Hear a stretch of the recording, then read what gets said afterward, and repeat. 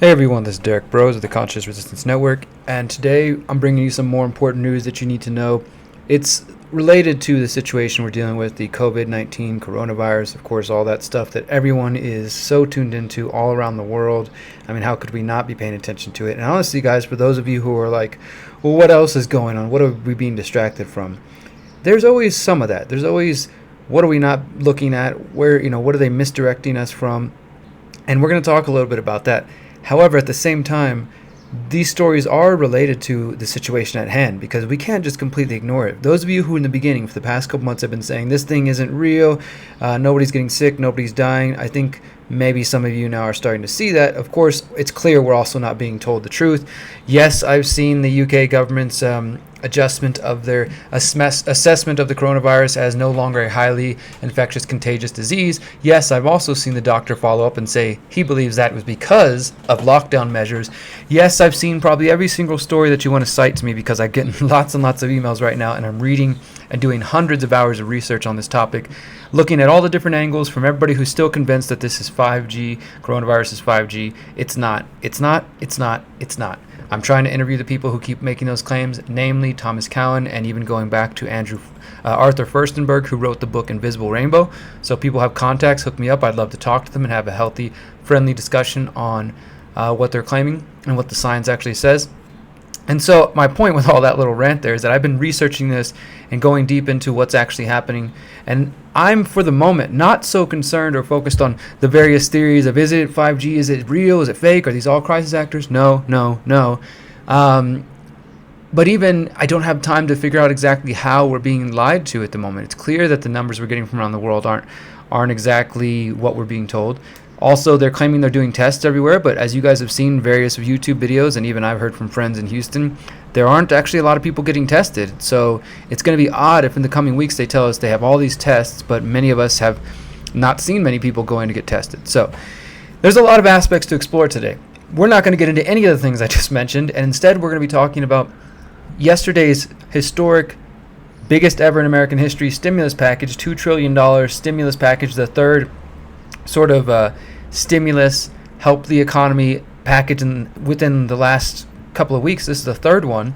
So they've literally pumped trillions of dollars, trillions and trillions, never seen before, into the economy, doing all kinds of funny stuff with the Federal Reserve. And I want to get into all of that, as well as the push for surveillance, the increasing push towards surveillance and control, the smart grid, the technocratic control grid, which I was describing in my book, How to Opt Out of the Technocratic State, is coming into view fully because of this. This is much like 9/11, where with 9/11, the people lost the freedom of speech in a lot of ways, or at least an attack on it in more ways. They also lost the freedom to be free in their homes and free from surveillance and monitoring. All those things have been violated by through the last 20 years of 9/11, and it seems now with the COVID-19, which many are calling the new 9/11, people will be losing their ability to freedom to assemble, to gather without concern, without papers please type of mentality. And as we're going to see in just a moment, this is happening, and people, it's crazy. We really need to be aware. Before we go any further, though, I have to remind you guys to bookmark theconsciousresistance.com. I'll tell you how to do it again. Control D, a window's going to pop up, bookmark the website, save it on your taskbar, look at it once a week, twice a week, however often, and you can get all the content. And even if you've already been up to date with my most recent content, there is 8 years worth of information on this that you might want to be informed on. So go check that out. Check out our previous books, our previous documentaries. Follow us on Minds, Steam It / we're going to be quitting Steam It now with all the funny business over there and joining Hive. You can also join our Discord channel, join our text list right here. This is the easiest way to stay in touch. Follow us on BitChute. We're also on Float.app. I need to add a logo up here. And of course, you can support via Patreon. So let's hop over to our YouTube channel for just a moment so I can show you guys what I'm talking about as far as this stimulus package, this historic stimulus package that, just like with the Patriot Act and every other bill that's rushed through, we are told that we have to support it no matter what, and there's no time to vote on it. And this is what I wrote on social media, on our YouTube community page, as well as on Facebook. Friends, the U.S. government collectively just passed into law the CARES Act, a $2 trillion aid package, which is the largest in American history. The bill is filled with so much political pork, with money going to all kinds of industries and various special interests. It gives much more power to the Federal Reserve, and in some ways speeds up the 5G rollout because it gives millions to telehealth or telemedicine, which will be supported by the smart grid. There are also funds for development of vaccines, of course. Most disturbing of all is that Representative Thomas Massie calls for an actual vote before the bill is passed. He gets attacked in the media, made fun of by Trump and other idiot politicians, and maligned as a bad guy. He is simply calling for politicians to be held accountable. Now here's some of the tweets from Thomas Massie. This bill creates even more secrecy around a Federal Reserve that still refuses to be audited. It will allow the Federal Reserve to make decisions about who gets what, how much money will print, with no transparency. This bill should have been voted on much sooner in both the Senate and House, and it shouldn't be stuffed full of Nancy Pelosi's pork, including $25 million for the Kennedy Center, grants for the National Endowment for the Humanities and Arts, and millions more other measures that have no direct relation to the coronavirus pandemic. That $25 million, for example, should go directly to purchasing test kits. Of course, I'm not saying I support Massie and everything he's ever said, but it's pretty insane. So, we can see that right here. Trump signs $2 million coronavirus relief package, and they talk about how House lawmakers were forced to scramble back to Washington to actually do their job because Thomas Massie of Kentucky called for a roll call vote. The president lashed out at him in a tweet, calling him a third-rate grandstander and accusing him of needlessly delaying its passage. You also had John Kerry coming out and talking shit, saying, "Hey, Thomas Massie, you're in breaking news. You've tested positive for being an asshole." I mean, this is just like some idiocracy, stupid stuff. And then Trump even congratulated John Kerry and say, "Oh, I didn't know John Kerry had such a sense of humor." You know, it's just this. It's freaking stupid. But that's what was going on in the mainstream as far as that. You actually go over here, though, and check what Thomas Massie is saying, and it sounds like he's just trying to hold these people accountable. He has an 11 tweet going on here, 11 piece tweet. "I swore an oath to uphold the Constitution and take that oath seriously. In a few moments, I will request a vote on the CARES Act, which means members of Congress will vote on pushing yes or no or present. The Constitution requires that a quorum of members be present to conduct business in the House. Right now, millions of essential working-class Americans are still required to work during this pandemic. Is it too much to ask that the House do its job, just like the Senate did? I'm not delaying the bill like Nancy Pelosi did last week. This bill should have been voted on much sooner." And he's basically saying the number one priority of this bill should have been to expand testing availability and creation of tests so that every American, not just wealthy and privileged, have access to it. This bill creates even more secrecy around the Fed. This gets us into $6 trillion more debt that doesn't matter.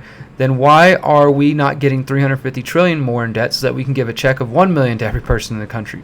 The stimulus should go straight to the people rather than being funneled through banks and corporations like this bill is doing.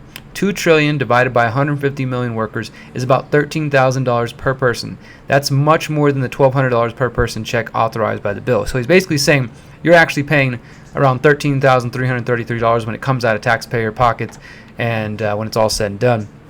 So I went and looked at the bill here, the CARES Act. You guys may remember I did a report the other day. There was talk of the digital dollar in the stimulus package. The digital dollar did not make its way into the final text of the bill.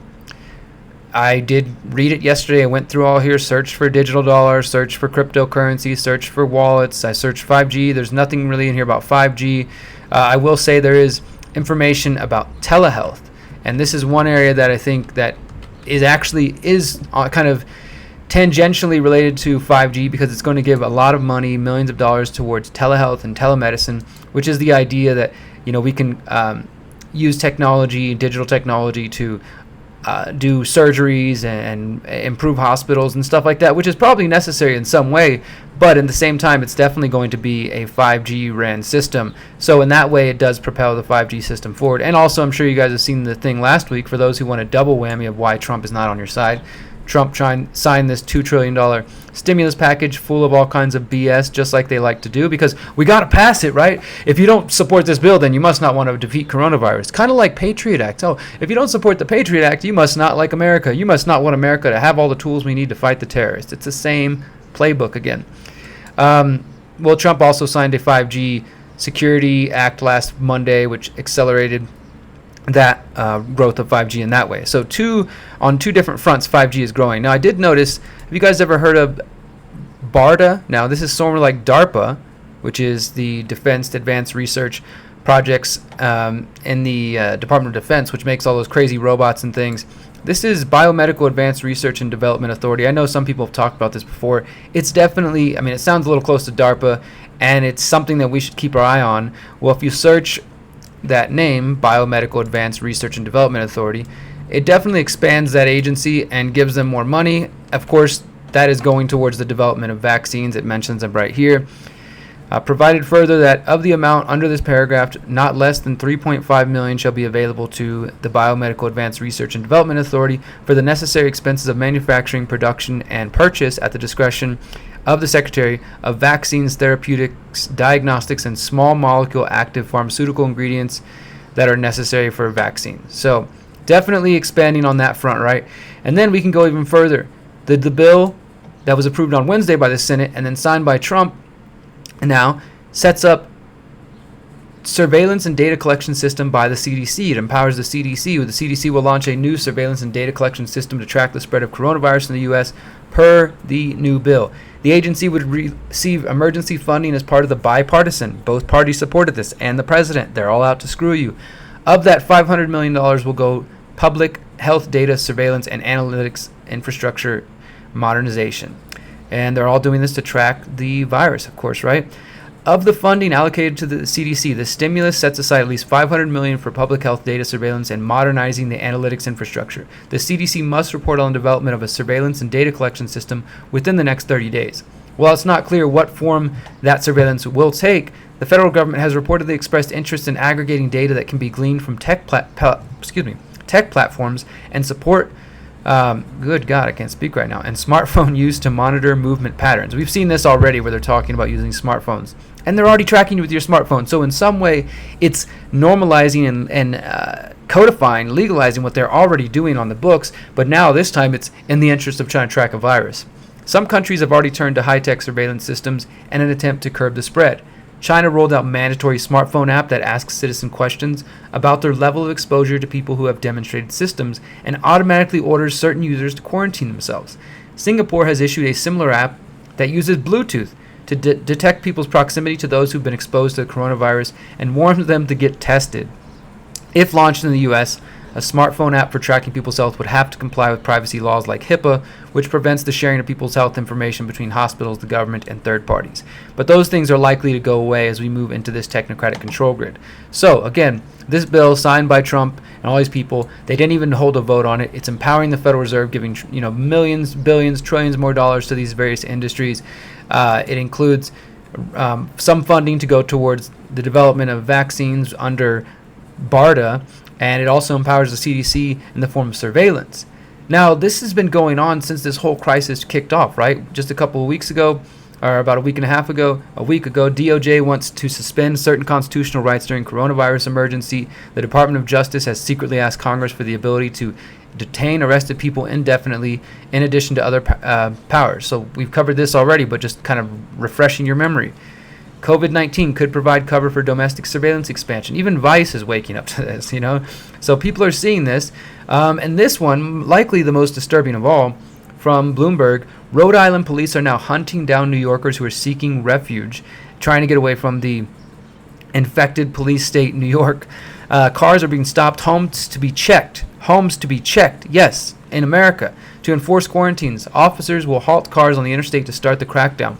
Rhode Island police began stopping cars with New York plates Friday. On Saturday, the National Guard will help them conduct house-to-house searches. This is happening right now. If you know anybody who's in Rhode Island or New York, please, keep some eyes on this and send us the video if you got some. Governor Gina Raimondo said, right now we have a pinpointed risk. The risk is called New York City. So if you've traveled to New York, they will come find you in your house or your car and demand you have a 14-day quarantine. Demand. What does that mean? How are they going to force that? How is that going to happen? We'll see, right? Are they going to arrest you? My guess is they would. Raimondo signed an executive order Thursday that applies to anyone who has been in New York during the past 2 weeks and through at least April 25th. National Guard members will be stationed at the airport, Amtrak stations, and bus stops. I mean, come on, guys. Do you fucking see what's happening? They're stationing National Guard members. The citizen soldiers will be following up with people at local residences. The maximum penalty for not complying, a fine of $500 or 90 days in jail. The local chapter of the ACLU has called this, horrendous, saying, quote, while the governor may have the power to suspend some state laws and regulations to address this medical emergency, she cannot suspend the Constitution, Rhode Island ACLU Executive Director Stephen Brown said. Under the Fourth Amendment, Having a New York State license plate simply does not and cannot constitute probable cause to allow police to stop a car and interrogate the driver, no matter how laudable the goal of the stop may be. So just before 1 p.m. Friday, state police were set up on Interstate 95. A mile or two before that, the motorists could see signs ordering all New York passengers' vehicles to pull over at the rest stop. Checkpoints, guys, in America, the United States of America. This is some of the things that are happening. Stimulus bill, huge theft going more towards criminal banks, Federal Reserve, and other special interests. People who actually try to hold a vote getting made fun of and attacked. More funding of biomedical research and telehealth, telemedicine, expansion of 5G, empowering the CDC to have surveillance powers, the DOJ calling for suspending the Constitution, Rhode Island actually already suspending the Constitution by placing National Guard citizen soldiers at the bus stops, at the stations, at the airports, pulling people's cars over and saying they're going to go in people's homes today. This is fucking insane, guys. If you're in Rhode Island or New York, please film this and send it to me. I'll help get it out. And finally, I just want to let you guys know I'm working on an article that's going to cover all this. For those who don't know, I write for The Mind Unleashed. This article is kind of scoping out the whole scene that I just went over. And I honestly prefer to write. I know some of you probably have never read my articles, or you might have read my articles without realizing it. But I prefer to write more than do videos. Videos are fun, easy, quick. I can turn on the microphone and talk. But I prefer to write. I can be more poetic. I can be more succinct, or as long as I want. And it's easier to get more of the details out and for people to truly understand, to take the words in. So I'm going to be writing articles once I get settled here in Mexico in the next couple days. And there are big plans happening out here as well that I will let you guys know when the time is right. For now, though, please spread this information. Please stay safe wherever you are. This is such an important time for us to wake people up, to try to educate people about what's going on, to let go of that doubt or that fear or that insecurity about what people are going to think. If this is not the complete clamping down and the creation of the quote-unquote New World Order, one world government, it is definitely a huge step in that direction. So we need to take steps to push back and wake people up where possible. I'm going to leave it there for now.